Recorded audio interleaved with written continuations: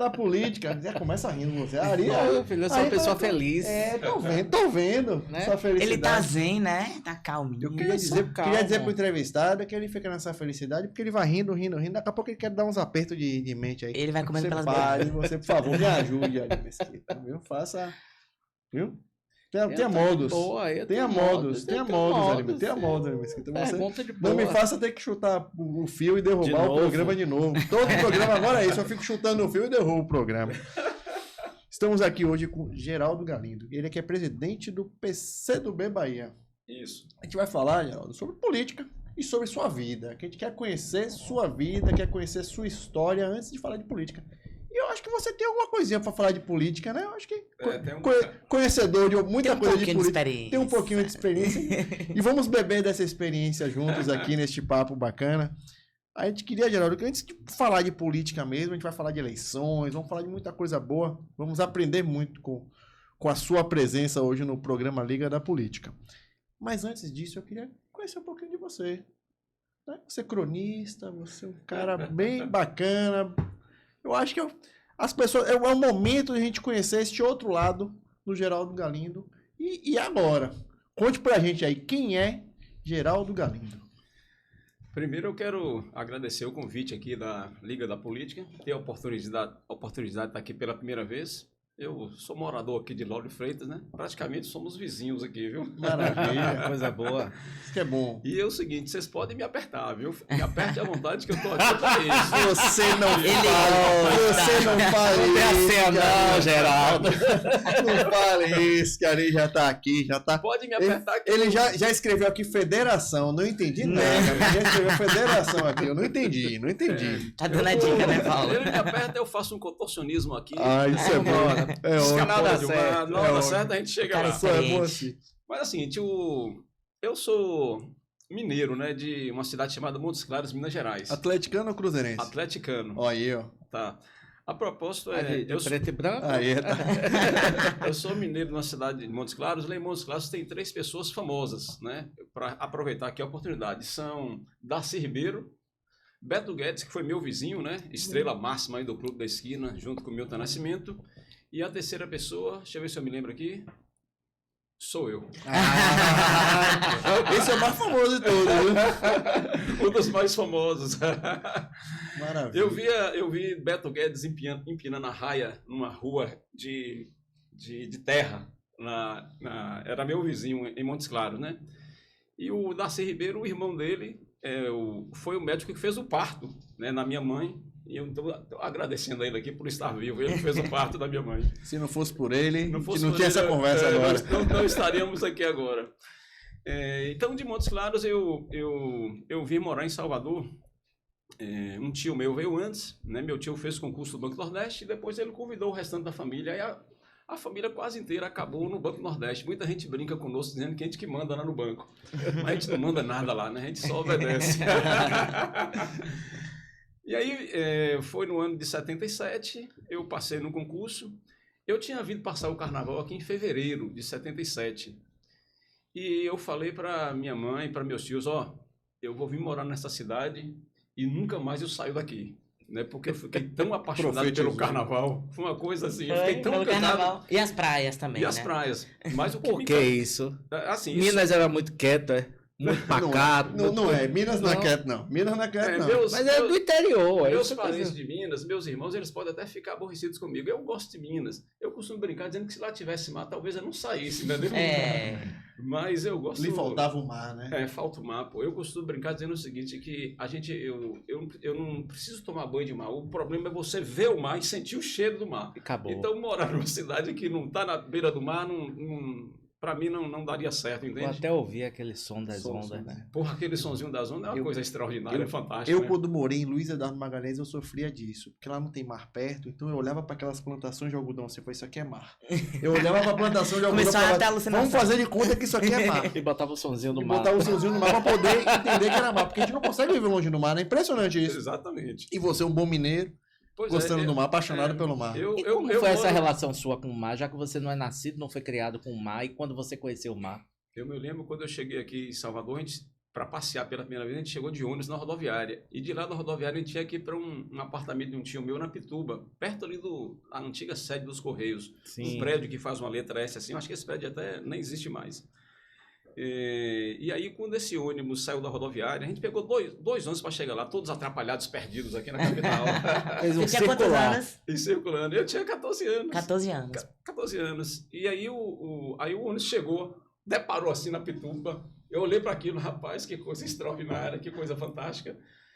E aí, logo depois, eu morei em vários bairros aqui em Salvador, no Nordeste Amaralina. No Nordeste Amaralina eu morei no Vale das Pedrinhas, Nordeste Amaralina. Depois a situação foi melhorando, daqui a pouco já estava morando em Amaralina mesmo. Sim, foi descendo. Foi descendo.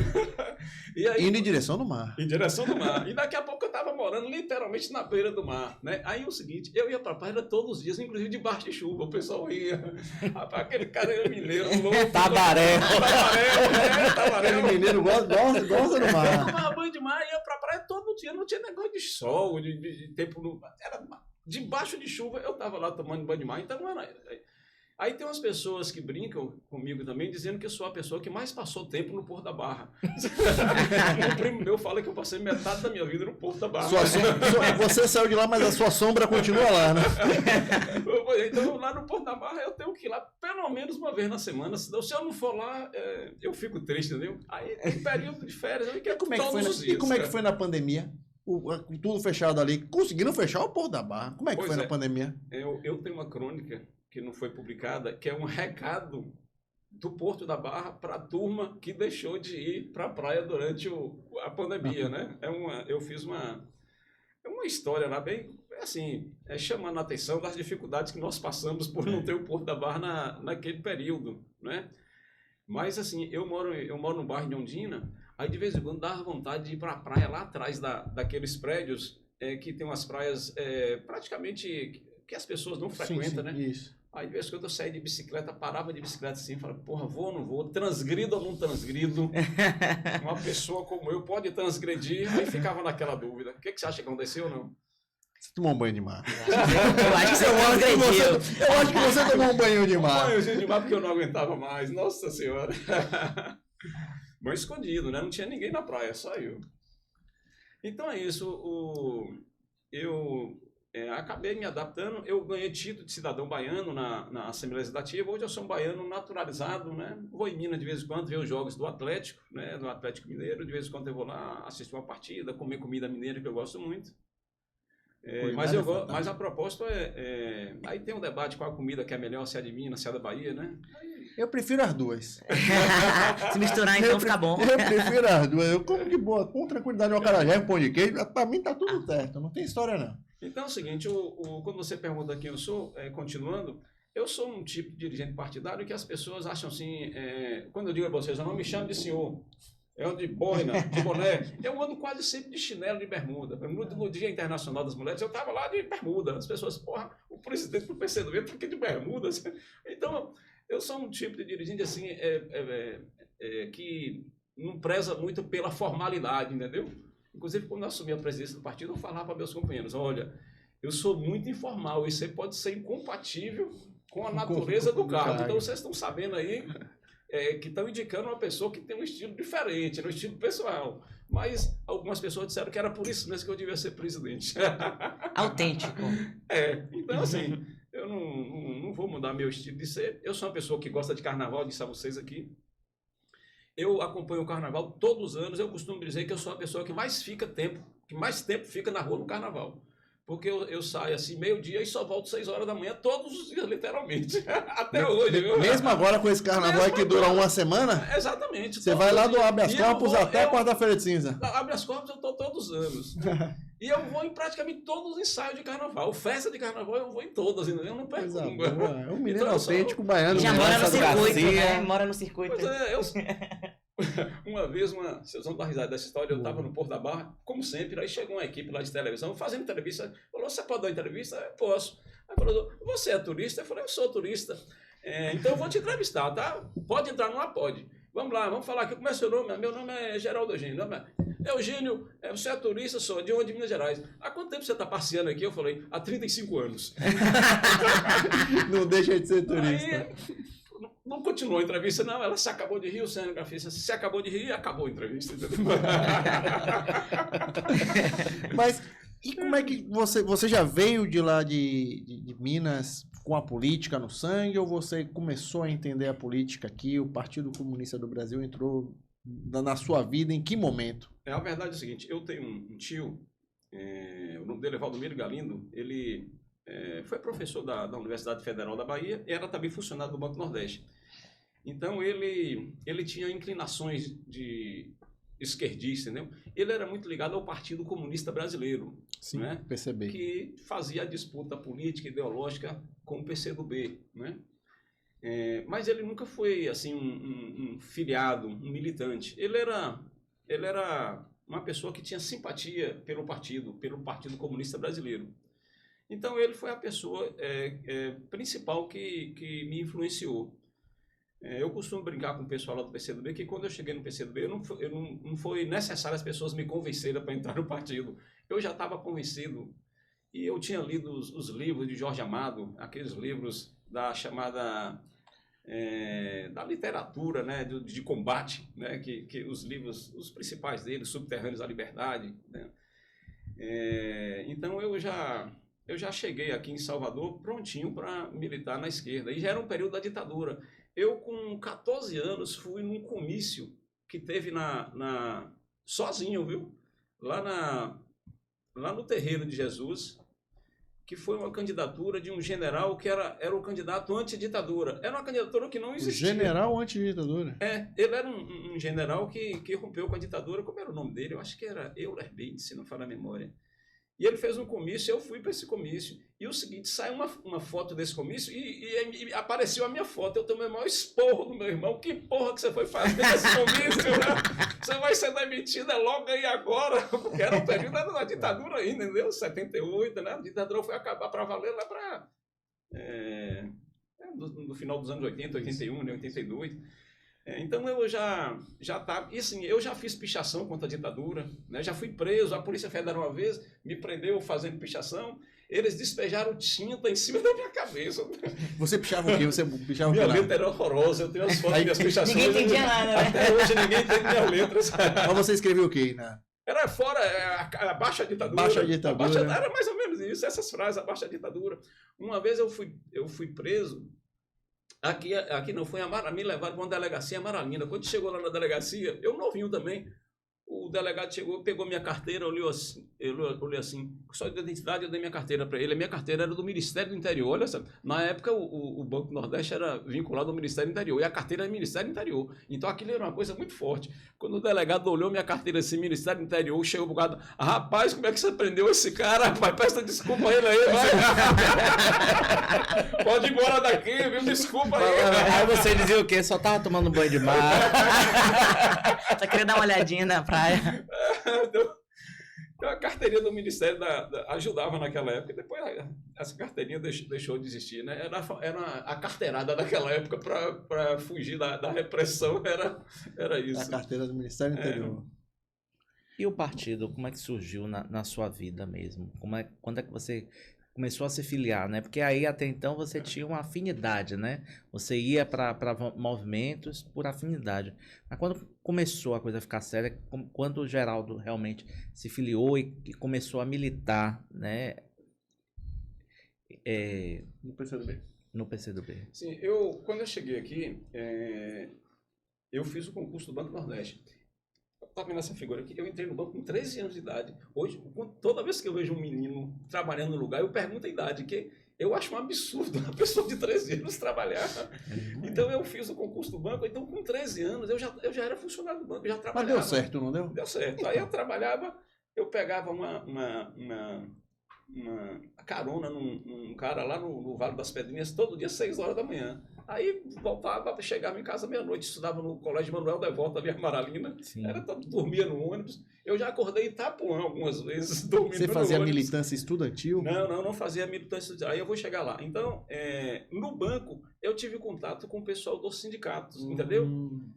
Não era nem o pessoal do sindicato, era o pessoal da oposição ao sindicato, que naquela época os sindicatos eram dirigidos por aquilo que a gente chamava de pelegos. Eram os interventores da ditadura, né? A ditadura colocou as direções do sindicato, eram impostas pela ditadura militar.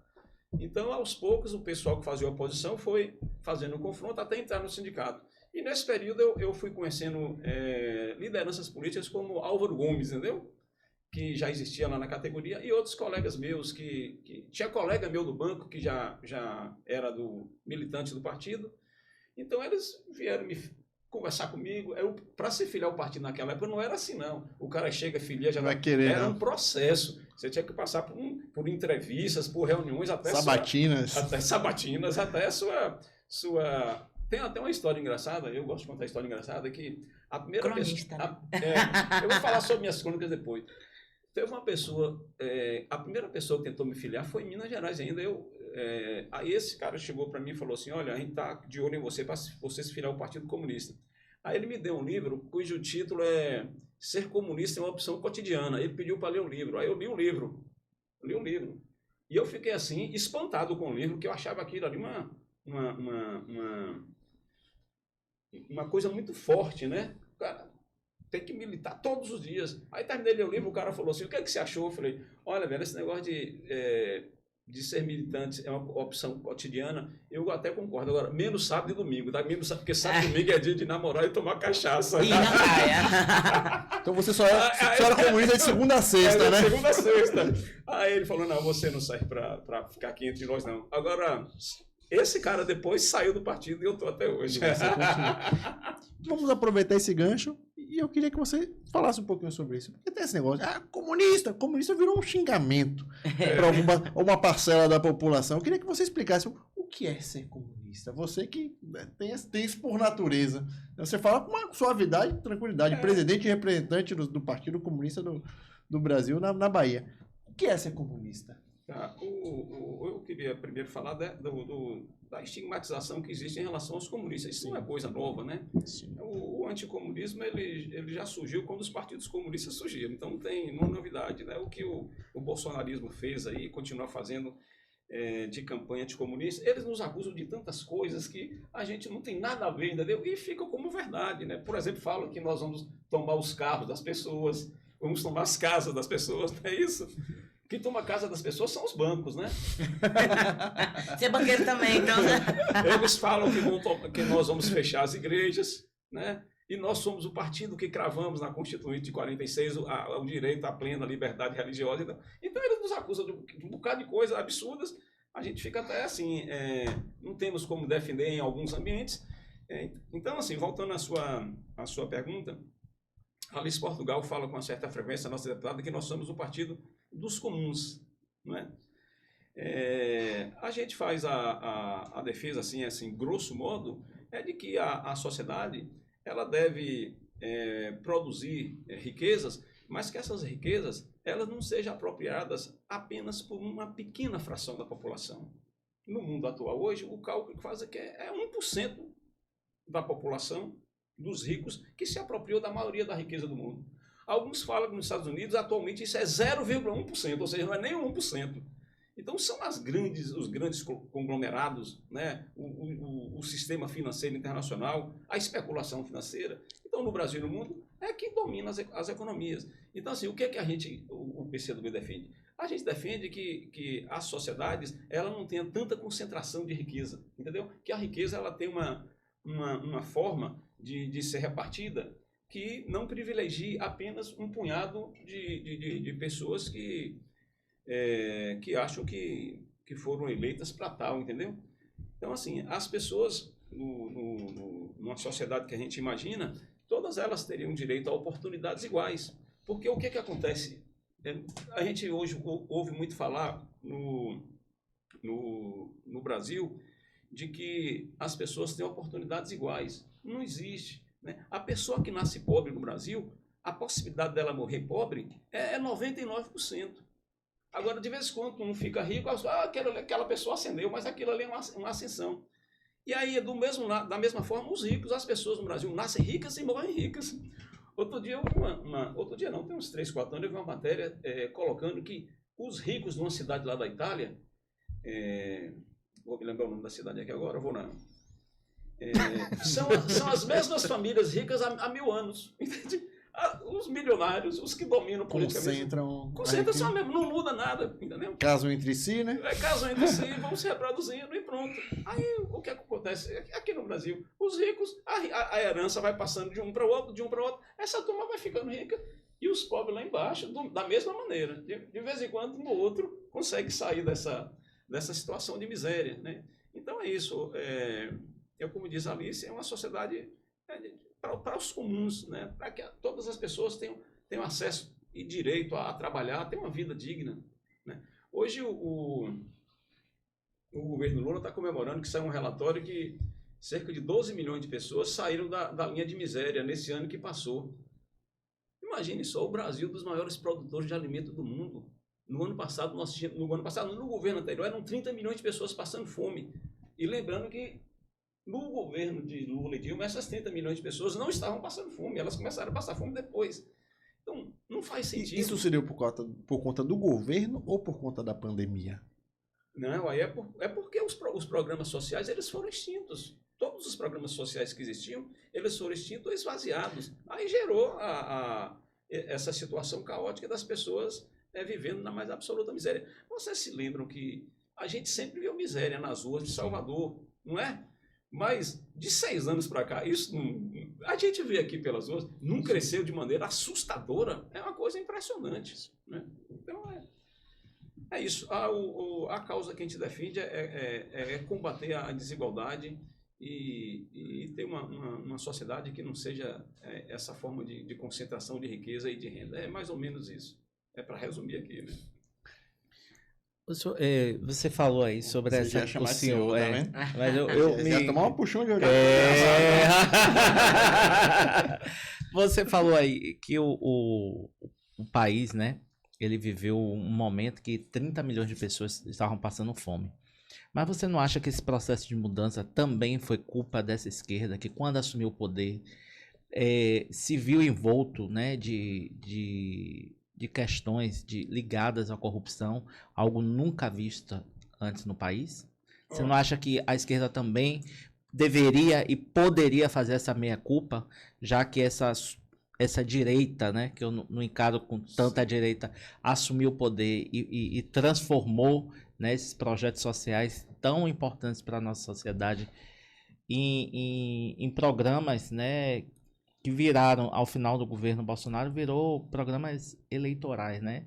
Ele ao final do governo dele, ele inflou o programa muito mais do que Lula e Dilma tinha inflado, né? E beneficiado muito mais pessoas. Você não acha também que a esquerda poderia fazer essa meia-culpa nesse momento que a gente está vivendo de retomada do poder da esquerda? Outro dia eu fui num médico, um cara famoso aqui em Salvador, ele também falou isso, a esquerda tem que fazer autocrítica, né? E várias pessoas nos cobram a esquerda fazer autocrítica, né? Agora é o seguinte, a autocrítica tem um camarada meu chamado Péricles Souza, ele foi presidente da PCD da Bahia durante muito tempo, uma pessoa que me deu, em grande parte, a experiência que eu tenho hoje. Ele dizia o seguinte, que a autocrítica você faz na prática, entendeu? Você não tem que ficar se martirizando, fazendo imolação, autoflagelação em público. Você tem que fazer a autocrítica nos espaços convenientes, porque eventualmente as pessoas querem pegar a autocrítica que você faz para fazer a disputa política, para te desmoralizar, entende? Agora, é óbvio que aconteceram problemas naquele período relacionados a uma relação política pouco republicana. Esses problemas eles aconteceram efetivamente, certo? Eu não nego que esses problemas aconteceram.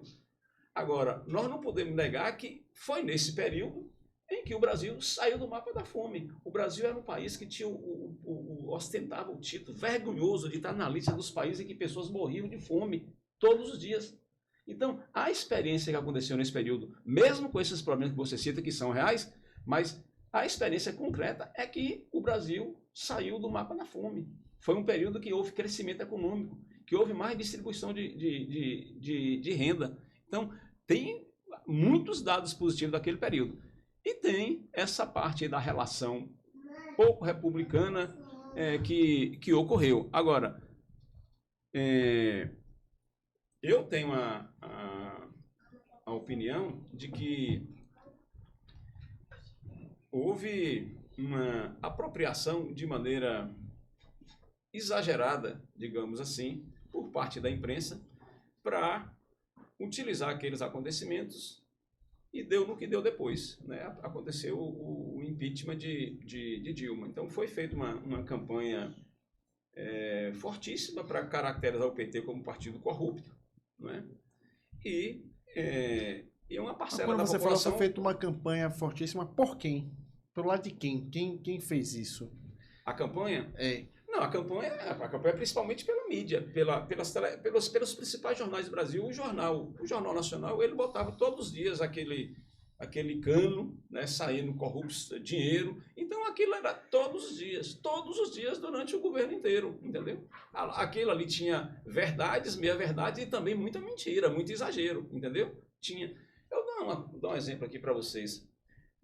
Eu não sou do PT, tá? Não estou aqui para defender o PT, sim. Mas é um partido aliado. Mas, assim, federado. Hoje federado. Vocês estão esses caminhos. Você repare assim, qual foi o dirigente do PT, desses que foram acusados de corrupção, que apareceram ricos pessoalmente, que apareceram com mansões, com dinheiro em paraísos fiscais? O José Genuíno, que foi acusado de tantas coisas, o José Genuíno é um homem que tem uma vida simples em São Paulo, ele não tem patrimônio. O Zé Disseu, outro que foi acusado de tanta coisa, ele nunca ficou rico. Então, esses dirigentes do PT que foram massacrados publicamente, alguns presos, não tem nenhum deles que ficaram ricos pessoalmente. Pode olhar, não tem nenhum com carro de luxo, com mansões em Paris, não tem. Agora, os problemas na relação com os partidos de financiamento de campanha, ali aconteceram problemas, eu digo assim, graves, mas eu não chego à conclusão de que aquilo ali serviu para enriquecer os membros do PT. Aquilo ali foi um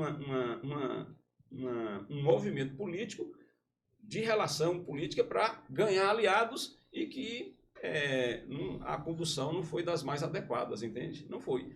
Agora, fica aí a experiência. Tem que fazer. Aí o PT,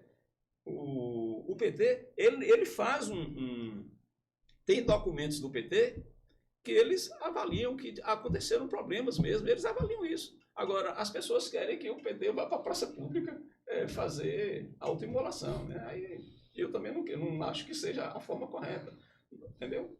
Todo mundo comete erro na vida, agora você não tem que ficar fazendo autocrítica a vida inteira por conta disso. Então essa é uma opinião aqui, eu até me estendi sobre isso, mas era necessário. Mas pode me apertar, viu? Não, eu tô. Porque quando você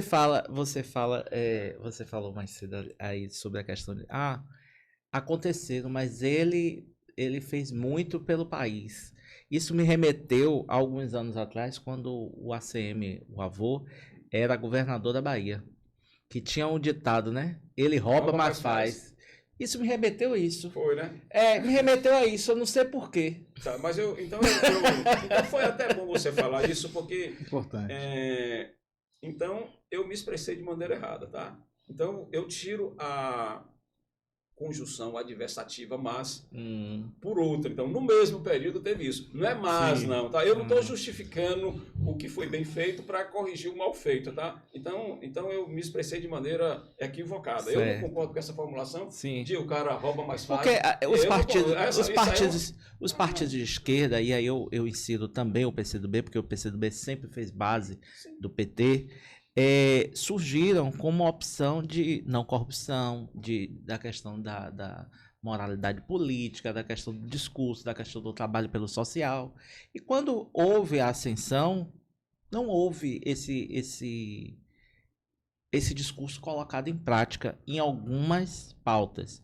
No social, a gente entende que foram muitos anos, né, de retrocesso e que o governo Lula trouxe, de fato, né, esse crescimento social, na parte de educação, na parte de de acesso às universidades públicas, né? Lula ampliou esse acesso, cada vez mais pessoas que não tinham condições de entrar numa universidade pública, foram criadas vagas, mas a gente entende que pautas importantes, os governos de esquerda, eu boto os governos de esquerda porque vocês apoiaram o governo do PT, falhou, e assim, a meia-culpa não é ir para a praça pública, porque ninguém está sendo achincalhado ou apedrejado, mas sim mudar o discurso, né? Mudar o discurso de que houve o erro, mas estamos aqui para fazer diferente. Esse discurso não há. Há um discurso de negação. Não houve corrupção, não houve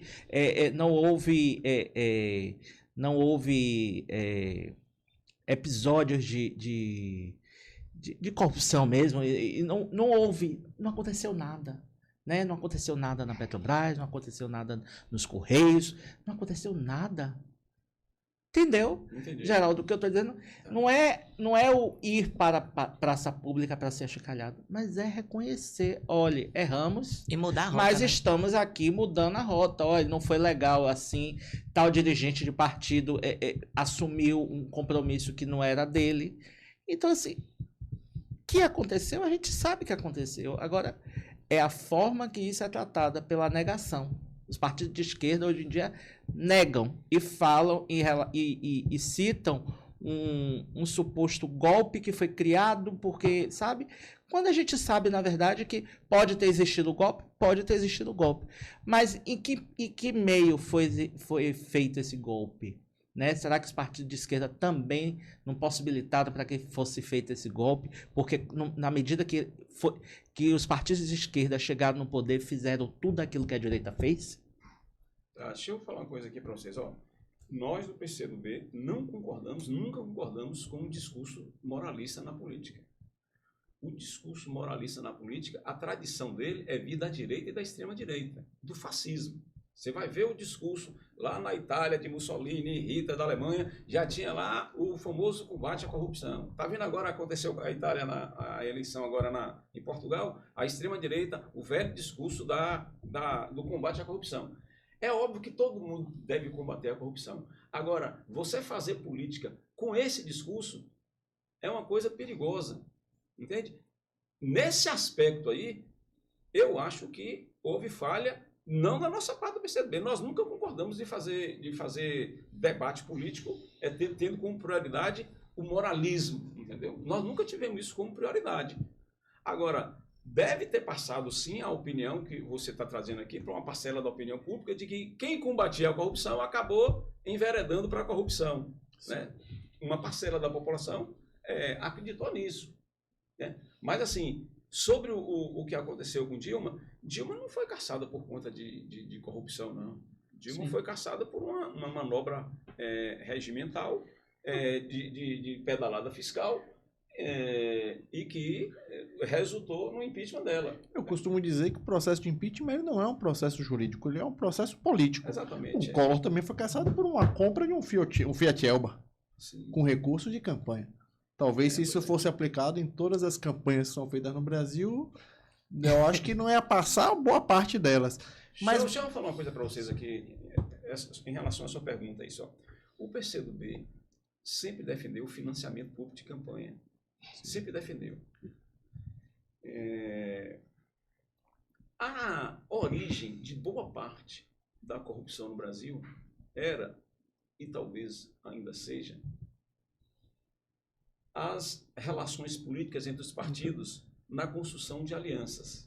Entende?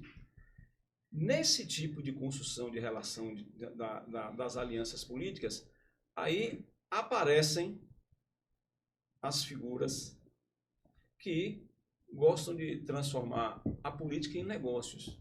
Então, isso é da tradição, não é? Então, assim, o que aconteceu nesse período aí do chamado mensalão, né?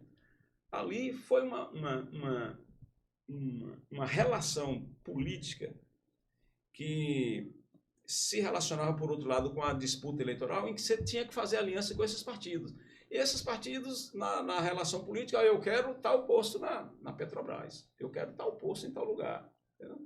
E essas pessoas... Coloca um para ganhar 10, né? Aí, pois é, aí é o seguinte, aí você fica na seguinte situação.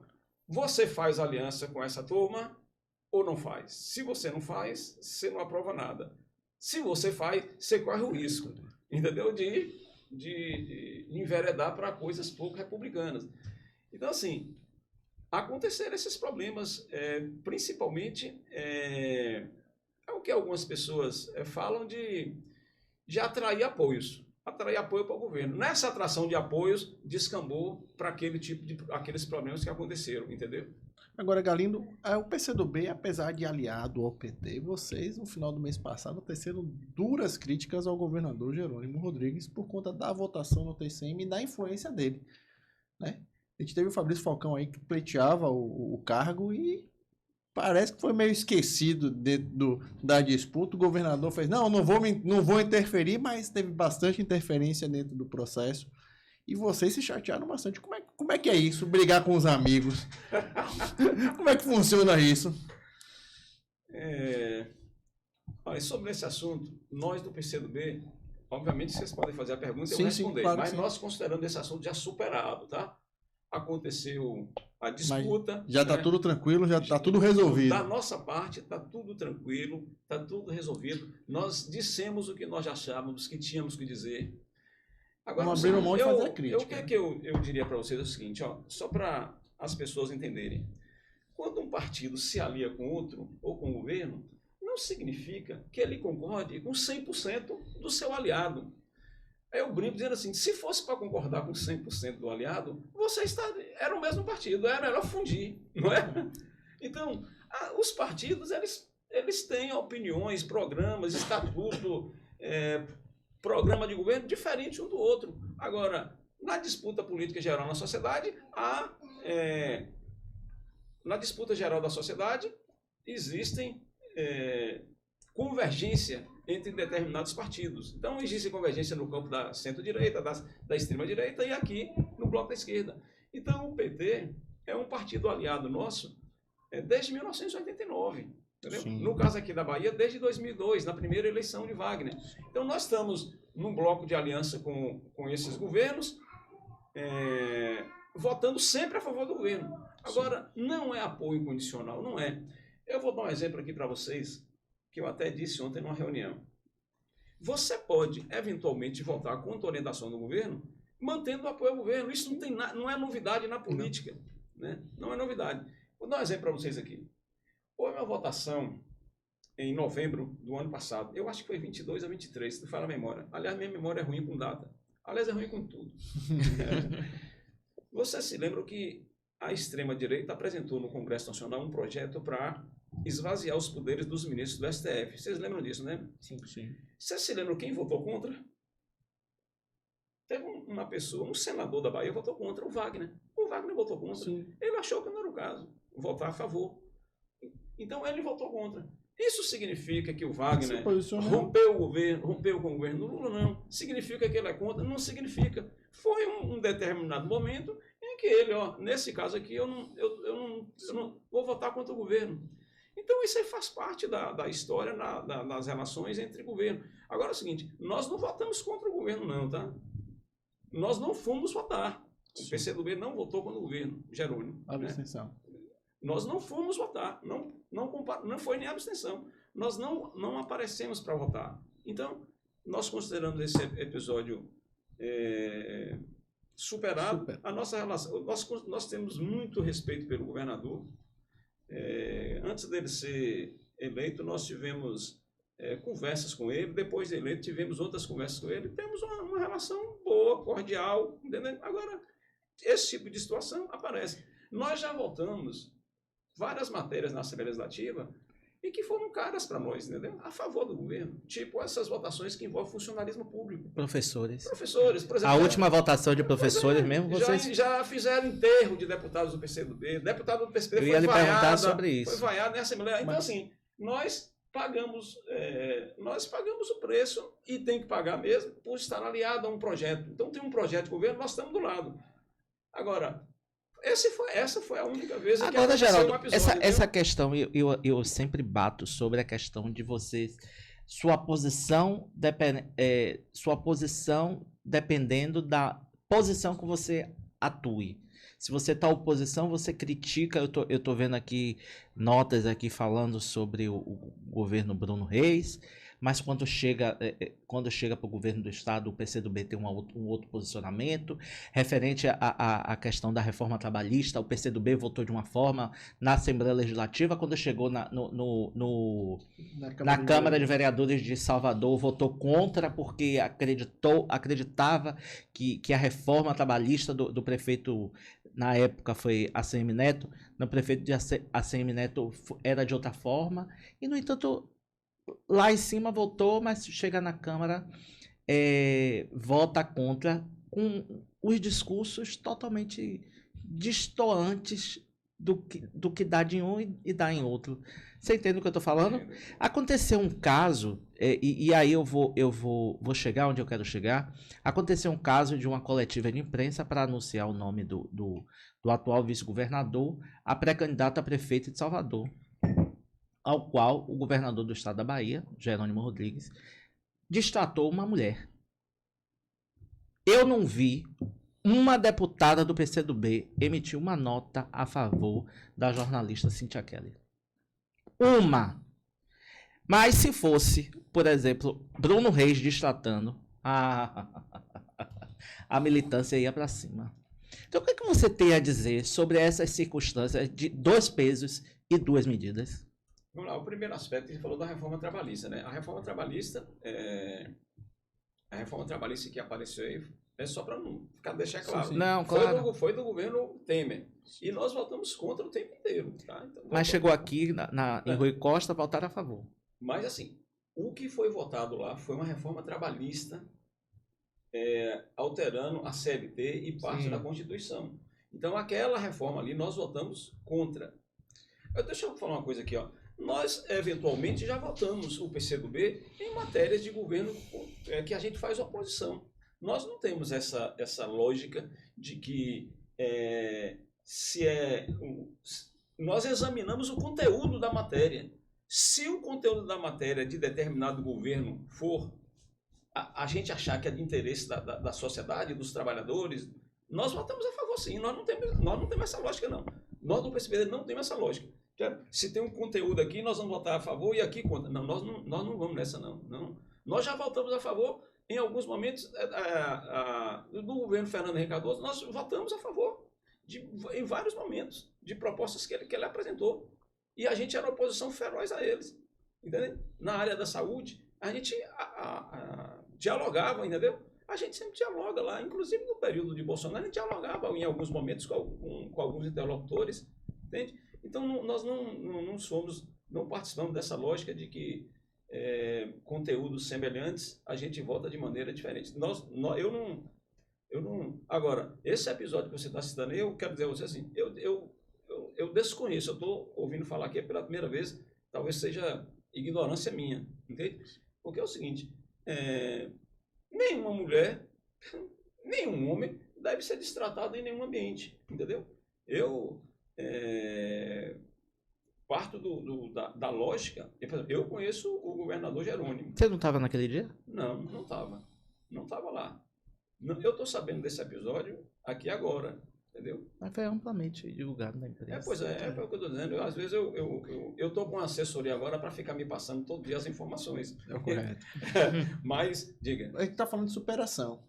E já que o assunto é o mesmo, você falou que não estava lá. E naquele momento eu acredito que o governador estava discutindo com todos os partidos aliados a escolha do nome de Geraldo Júnior. E teve aquele ruído de que o PCdoB não foi muito favorável à escolha do nome de Geraldo. Isso já foi superado? Como é que vocês estão aceitando o nome de Geraldo dentro desse processo de eleição em Salvador? Até porque tanto Olívia quanto...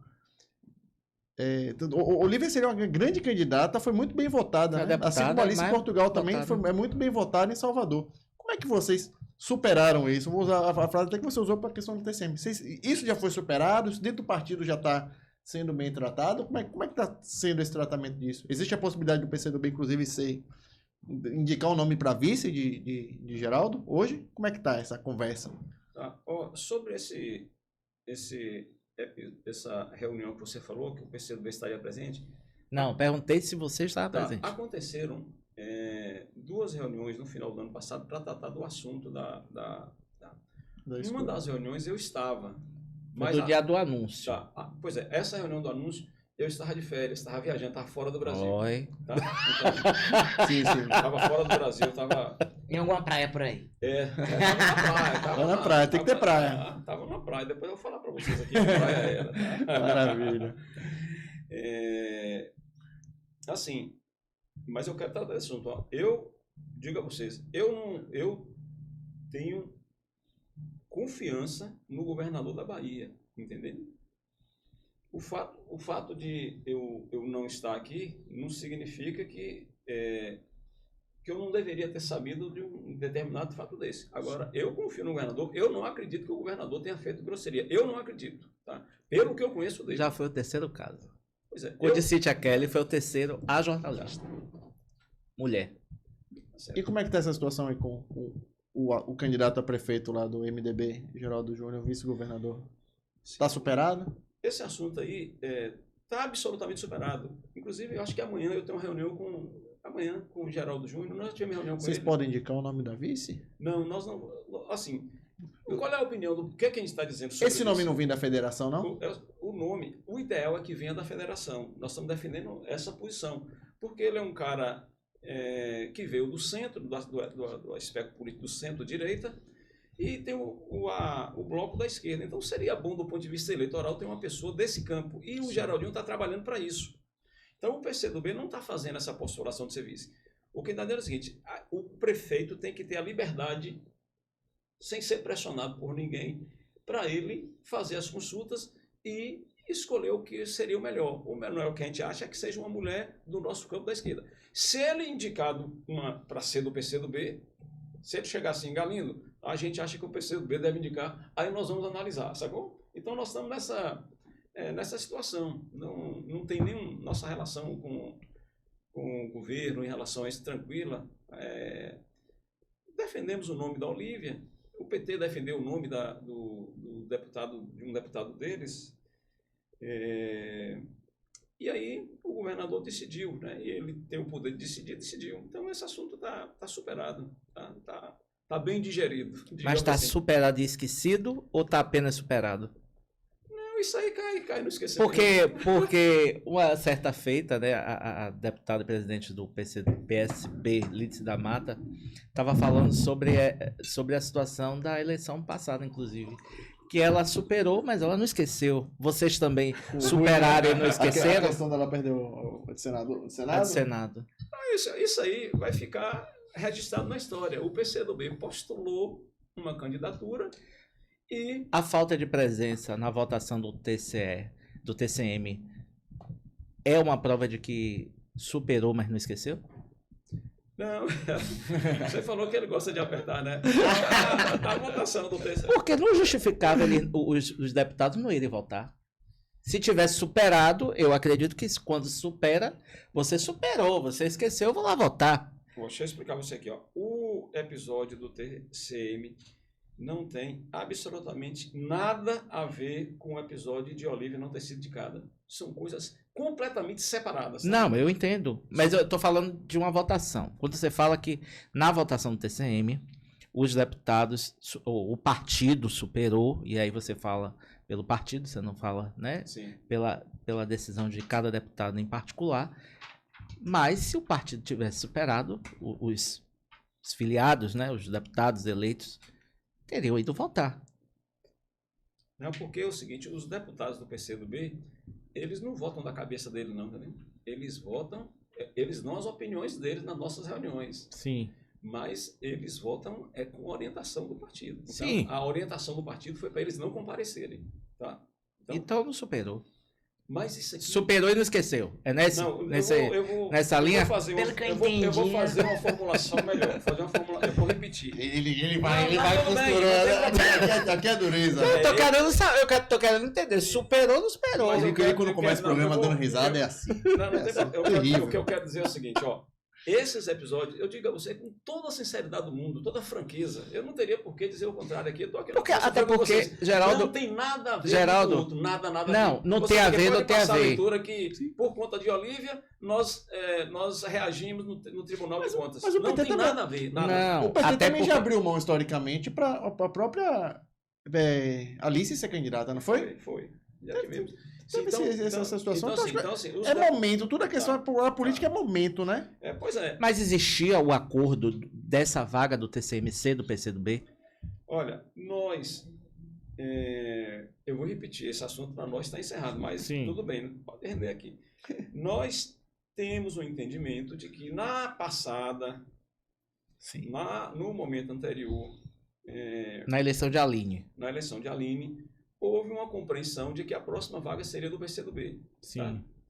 Aí houve um entendimento, tem um entendimento diferente de que não teria havido esse entendimento. Tá? Tem uma compreensão diferente de que não teria havido esse entendimento. Então não foi acordado ou como foi esse momento? Assim, quando o Fabrício retirou a candidatura dele para apoiar a Aline, Sim. né? Compreendeu-se que, naturalmente Não, compreendeu-se que, naquele momento em que foi solicitada a retirada da candidatura dele, que a próxima vaga seria nossa. Tá? Aí, chegou agora, no nosso entendimento, uma leitura diferente do que teria acontecido naquele período. Sim. Tá? E pronto. O PCdoB teve uma leitura diferente, o PT teve outra leitura, e nós marcamos a nossa opinião. Né? Nós não nos sentimos à vontade em fazer a leitura que tinha um acerto, e esse acerto ser eventualmente descumprido. Foi mais ou menos isso. Agora, repetindo, nós podemos continuar com esse assunto aqui, mas esse assunto para nós também, ó, como disse o Daniel Almeida numa entrevista aí num jornal aí daqui de Salvador, ele agora é bola para frente, vamos seguindo adiante, a unidade. O importante agora é fazer as disputas eleitorais. Nós estamos bem com o governador. Nós vamos fazer agora nós vamos fazer agora o Festival Vermelho aqui em Salvador. É um evento nacional do PCdoB que vem gente do Brasil e do mundo inteiro para cá.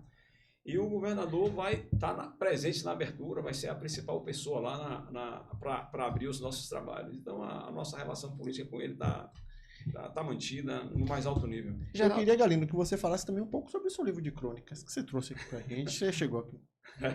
E eu quero conhecer um pouquinho mais deste lado mais... Também tem política aí? Ó, esse é meu quarto livro. E eu vou deixar aqui um exemplar para vocês. E depois eu vou pegar no carro alguns de outros livros. Esse livro aqui, o título dele é Relatos de Viagens. Deleites e apuros de um curioso do mundo. Então eu sou o que eu chamo de viajante amador, né? Então eu tive a oportunidade de viajar bastante. Esse de chapéu é você aqui, né? Aí com a camisa do Galo, a latinha de Heineken na mão. Eu ainda perguntei para que time que ele trouxe. Latinha de Heineken. Então esse livro tá fresquinho, viu? Foi lançado sexta-feira passada. Fresquinho. Tá vendo você? Saiu do Lançamento. Lançamento, Então, assim, e o que as pessoas vão encontrar dentro desse livro? Aí esse é o quarto livro. Esse livro é o seguinte. Eu diria para você o seguinte, eu me considero humorista, mas eu não sei se as pessoas dão risada das coisas que eu digo. Eu tô dando Agora é o risada. seguinte, muita gente que lê diz que se acaba de rir, entendeu? Tem pessoas que dizem que fazem terapia lendo meus livros. Estou precisando dessa terapia. precisando. O primeiro da Eu fila tô em sou eu desse segundo, livro. viu? O primeiro da fila do livro Então sou eu. aí tem muita risada. As pessoas dão muita risada com as minhas histórias. Eu próprio. Outro dia eu estava escrevendo uma crônica aqui na minha casa, aqui, eu com minha mãe. A crônica falava sobre um gay homofóbico, entende? A história é isso, um gay homofóbico. E quando eu escrevi essa história, eu tive uma crise de riso, mas eu ria tanto, e minha mãe acordou de madrugada, meu filho, que porra que tá acontecendo aqui? Eu falei, minha mãe, eu tô escrevendo Como é que história você explicou isso pra ela de madrugada? minha mãe, eu tô escrevendo essa história aqui que tá engraçada demais. No meio da Então noite. eu digo que... eu até explico um pouco assim, que eu escrevo é para minha diversão primeiro. E depois... Essa história aqui do fundo aconteceu mesmo? A impublicada? Só para deixar as pessoas com curiosidade. Depois que eu lancei o livro, a menina comprou, a menina comprou no lançamento e depois ela mandou mensagem: ô Galindo, essas histórias são verdades? Eu falei, puta que pariu, essa pergunta é que todo mundo faz. E sabe como eu respondo essa pergunta? Dizendo o seguinte, que eu não tenho capacidade, mas não tenho medo de inventar história, entende? Então as minhas histórias são todas histórias que aconteceram. Eu costumo dizer o seguinte, que onde eu estou, existe uma possibilidade grande de acontecer uma coisa engraçada, bizarra, constrangedora, personagens dos mais variados tipos aparecerem perto de mim, entendeu? Dizem que tem gente que atrai isso. Eu diria que você. Eu conto a história que vai estar no próximo livro, que eu estava no bar... Boteco do Caranguejo, eu tô fazendo propaganda aqui. Sim. Inclusive, aí eu falo. Aí aparece um cara, bicho, para conversar comigo. O cara vai sentar na minha mesa. O que você quer? Rapaz, eu tô precisando de uma pessoa aqui para me consolar, que a minha mulher me deu um corno. Eu falei, rapaz, você tá lascado comigo. Você tá lascado comigo porque... Você vai chorar um pouquinho mais, eu né? vou dar spoiler aqui, que eu fiz esse cara chorar e eu ri pra caramba. Então, assim, sempre onde eu tô, tem uma possibilidade grande de aparecer coisa curiosa, né? Então, aí tá relatado aí as minhas viagens pelo mundo, uma parte delas, né? Porque nem todo lugar acontecem coisas. Então, essa historinha que você viu é sobre a Argentina. Você viu aí? Pois é, as histórias... Dá um spoilerzinho dessa história aí. Rapaz, eu posso falar isso publicamente? Pode, foi que isso aconteceu, meu amigo. Olha o spoilerzinho, Você tá me deixando com vergonha. Já disse, meu amigo. Não tem ninguém assistindo a gente. É nessa hora que quem tá ali, ó, desliga. Daqui a 5 minutos você volta. Tira as crianças da sala. Rapaz, como é que aconteceu? Você chegou lá e abriu a porta do quarto Isso, eu entrei no hotel na Argentina, ficava no centro, perto do Banco Itaú. Eu me lembro que eu me hospedei no hotel perto do Banco Itaú, lá no centro da Argentina. E pronto, fui pro hotel, aí entrei no corredor e abri, botei a chave. E, olha, eu sou a pessoa recordista mundial, entrar em banheiro de mulher errado, às vezes eu pensei, esse cara é um tarado. E entrar em apartamento errado ou tentar entrar, só que dessa vez eu entrei no apartamento errado, né? Chegou lá, tinha um casal fazendo sexo. Um casal se amando. Fala da relacionamento. E eu não falo fazendo sexo, né? Eu faço uma linguagem direta. Aí a mulher falou, pelo amor de Deus, olha, se você foi contratado pelo meu marido ou detetive, a gente te paga mais do que ele te pagou. E aí você nem falou, ele me pagou tanto. Aí o cara falou assim, rapaz, aí você deu real, a gente pode ali pegar um dinheiro agora, vai no banco e dá um dinheiro pra você. Aí o que eu respondi pra ele? Rapaz, me respeite que eu não sou fisqueta. Fisqueta é fantástico. Eu não sou fisqueta. Essa palavra que fala muito é Mário Kertz. Eu não sou fisqueta, porra. Me respeite, eu entrei no apartamento errado. Então é isso. Minhas histórias são... Muito sempre bom, tem aí. Tem história que não acaba mais. Meus encontros com os judeus. Tem a história do encontro meu com um judeu na Inglaterra. Encontro meu com a fiscal de comunismo na região dos Balcãs. Aí tem um encontro meu com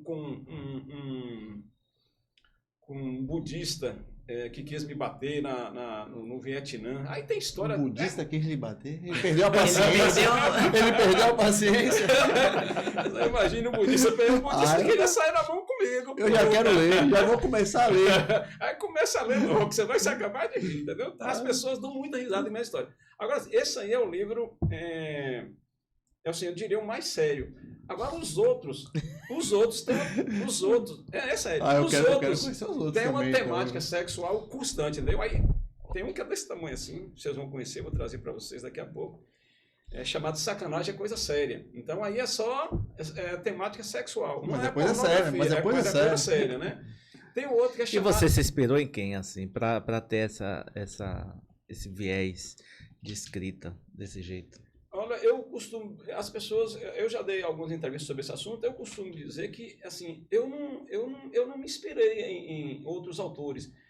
Tem um autor que eu diria que eu gosto dele, e, assim, talvez tenha me influenciado um pouco, que é o Nelson Rodrigues, entendeu? Sim. que assim, a minha temática nessa questão sexual é muito relacionada a adultério. Inclusive, eu tenho o terceiro livro, o nome do livro é Adultérios na Vida Como Ela É. A vida como ela é, né, Nelson? Adultérios na Vida Como Ela É. Eu peguei um título de um livro de Woody Allen.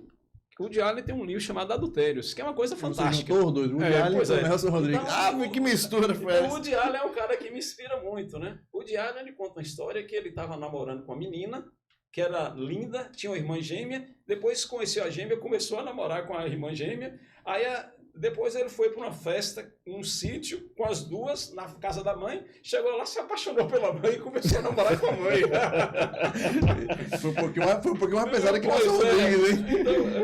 Então, tem muita história minha com essa Muito temática. bom. Aí alguém pode pensar assim, é machismo? Não tem nada de machismo na minha história. Inclusive, tem uma feminista renomada, uma feminista reconhecida internacionalmente. E você se intitula aqui como é? Sim, tem uma feminista que ela já leu meus livros e escreveu... Gateiro, né? Gateiro, né? Que é a pessoa gateira, né? Gateira, que eu gosto de gato. Gato, é gato, gateiro. É gato, é. Ah, gateiro. Gato. Ah, eu entendi. Eu li gaiateiro. é gaiato. Também mas não tá escrito. É curioso uma pessoa com quando eu assumi a presidência do partido, eu falei, rapaz, vocês vão botar na presidência do partido um cara que escreve as coisas que eu escrevo. Você tem certeza? Tem muito compromisso. Foi eleito. Então, é isso. Eu assim, não tenho assim, influência de grandes autores, entendeu?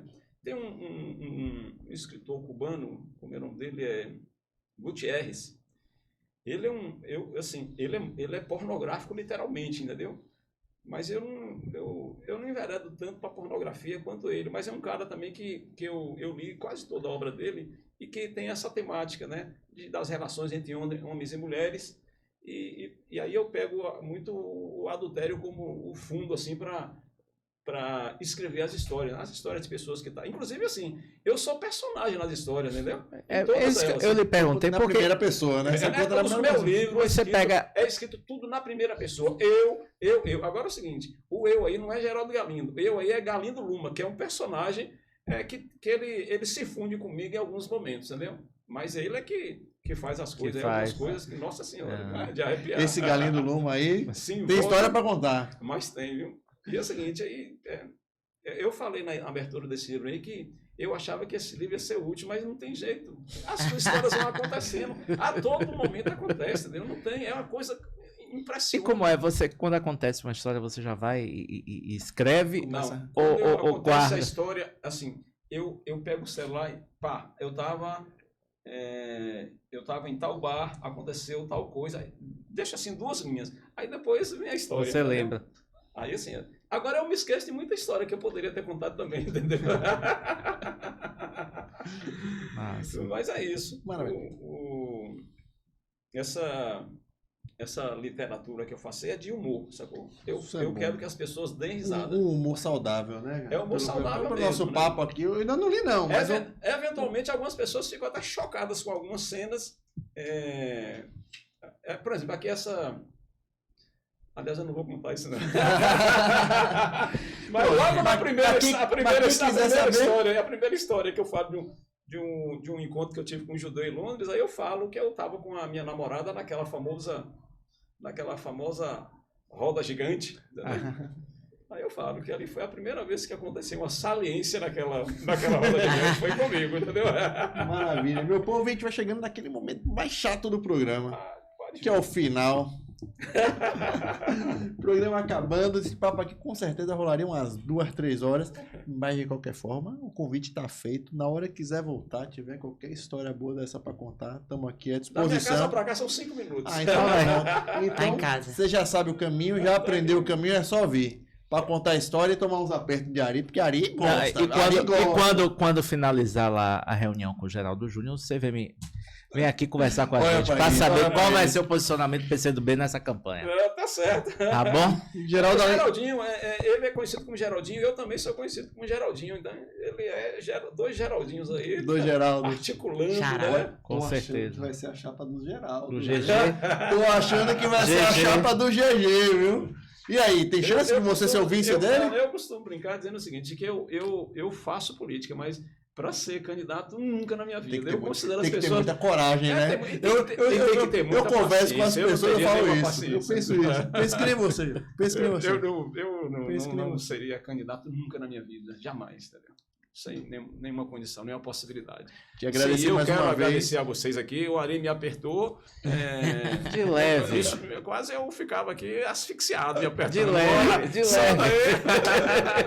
Mas é Ari Mesquita sempre constrangendo. Mas é bom que sempre constrangendo a gente, Milo. Eu não me senti constrangido. Os entrevistados chegam aqui com tranquilidade, com uma felicidade, um papo descontraído. Ari, vem, quer levar um negócio papo sério, quer apertar, quer saber. É o problema, Ari. Aí Paulo botou logo o livro aí eu já li a história. A história. Já descobri também que você não gosta de beber água. Não é isso? Eu tô vendo aí a água. Tá vendo?